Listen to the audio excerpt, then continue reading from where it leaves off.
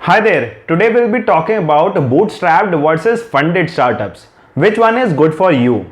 So bootstrap startup is basically those जहां पे resources या capital founder खुद से pull in करके business में डालते हैं, whereas funded startups are those जहां पे founders outsiders की help लेते हैं to raise capital. Basically that outsider could be an angel, could be a VC, could be anyone, right? So which one is good? Bootstrapped बेहतर है या फिर funded is not a question to ask, but a bigger and better question to ask is which one is better for you? आपके startup के लिए कौन सा अच्छा है? तो सबसे पहले हमको ये समझना जरूरी हो जाता है that capital is just a resource. जैसे लैंड है, लेबर है, वैसे ही कैपिटल है. So if you have enough profits in your books, if you have enough cash in your books, you need not raise capital from outside. अगर आपका operations आप खुद ही fund कर पा रहे हो, then it doesn't make sense to dilute your stake. और ये बहुत ही अच्छे से जीरोधा के कामत ब्रदर्स ने या फिर जोहो के फाउंडर्स ने जान लिया. They are some successful bootstrapped startups which haven't raised any capital from the market. Why? Because they were profitable enough to fund their operations. अब Zoho in a year's time they make around 2500 crores और वो जो पूरा का पूरा revenue आता है, उसका जो भी प्रॉफिट है, that is distributed among the founders themselves.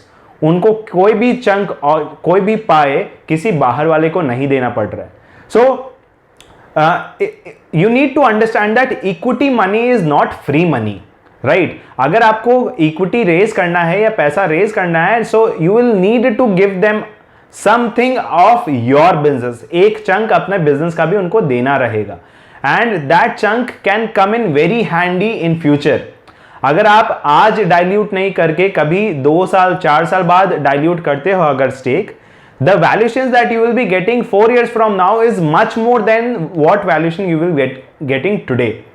So do not give out your stakes at a very cheap valuation. Equity money is not free money.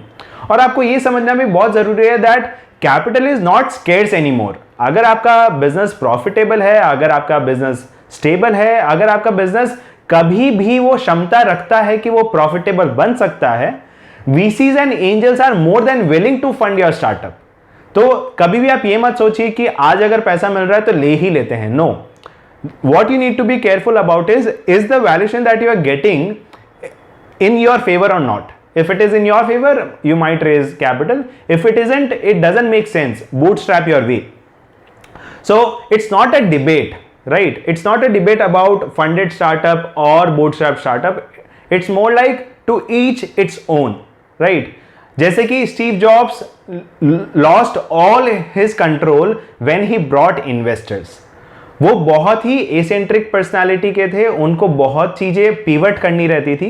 He used to change a lot of things on the basis of design, which is not possible if you bring in outsider investor who has his own whims. वो अपने हिसाब से business चलाना चाहेगा और वो हमेशा वो डिसीजन लेगा जो कि खाली शॉर्ट टर्म में प्रॉफिटेबल हो.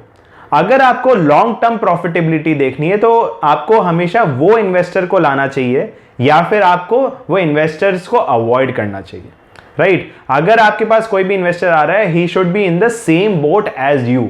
अगर उनको ऐसा लग रहा है कि शॉर्ट टर्म में ज्यादा प्रॉफिटेबिलिटी आनी चाहिए, I don't care about long term, then you might as well avoid those investors, right? So Steve Jobs is a prime example. He was thrown out of his own company that he has built just because he brought in another investor.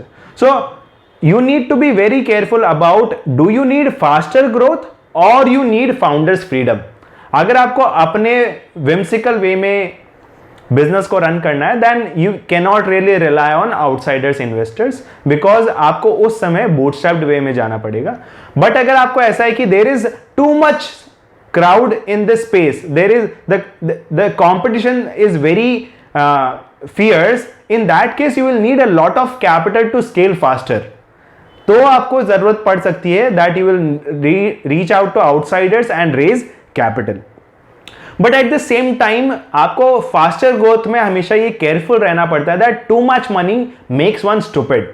And the prime example is WeWork, जहां पे software ने इतना ज्यादा उनको पैसा दे दिया that they were the money was raining cats and dogs, and अगर उनके पास इतना ज्यादा पैसा हो जाता है, then they go on to expand into geographies, they go on to expand in their product basket which is not even required. So you need to be careful about कि आपको कितना पैसा चाहिए. You only need money to fund your operations for the coming 18 months. आपको हमेशा 18 महीने का ही पैसा चाहिए रहता है, उससे बहुत ज्यादा की रिक्वायरमेंट नहीं है, right? So if you have that kind of money, do not go and ask for more. It's just like another alcohol or a drug.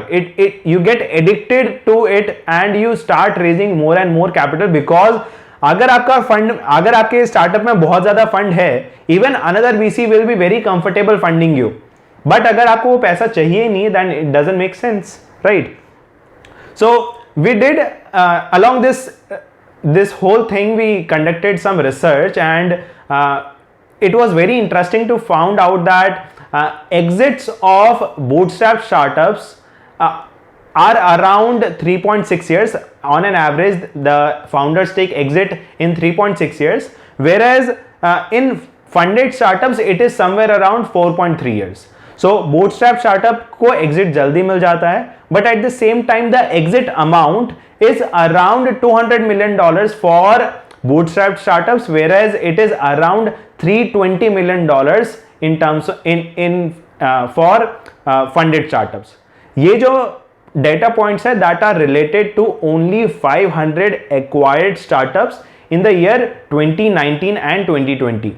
So we'll be sharing the resources and the sources of this research as well. So now that you know whether you should be raising capital or not, the prime question that you need to pose is when to raise capital. So usme there are 5 questions that you need to ask yourself. Do you have a proof of concept? If you have proof of concept, only then is your startup fundable. अगर आपके पास proof of concept ही नहीं है, अगर आप ideation stage पे हो, then no VC और angel will be very comfortable funding you. मैं ऐसा नहीं बोल रहा हूं कि आइडिएशन स्टेज पे कैपिटल नहीं रेज किया जा सकता, it is possible, but it is very unlikely that an angel or investor will feel comfortable funding you, and the valuations that you will be getting is not even a question to ask. It will be very cheap. Second question that you need to know is whether you need expensive infrastructure. If yes, then you need to raise capital. Third question, do you need faster growth? If you need faster growth, आपको बहुत ज़्यादा capital चाहिएगा. If the space is too crowded, too competitive, you need to scale faster, and उसके लिए आपको capital will be required. Fourth question is, do you need mentorship? Do you need guidance? अगर आपका first leg of growth आ गया है, but आपको अब पता नहीं है अब growth कहाँ से आएगी, then you need to pull in some VCs and angels to fund your startups and to get them on board so that they know which way to traverse. उनको पता रहेगा कहाँ से किधर जाना है, right? So that is fourth question to ask. And fifth question is, do you need cushion of funds so as to take more risk? अगर आपको ऐसा लग रहा है मैं अगर इतना ये रिस्क लेता हूं, the return could be very high, in that case you need cushion of capital. And हो सकता है तब आपको फंड रेस करना चाहिए. So we have talked about bootstrapped startups, we have talked about funded startups, we have talked about कब आपको जरूरत पड़ सकती है कैपिटल की, और जब जरूरत पड़ेगी तो कौन कौन से क्वेश्चंस आपको पूछने चाहिए. So that was it for today's session. If you have any doubt, feel free to mail us on connect@valuation.com or put them in the chat box. Thank you.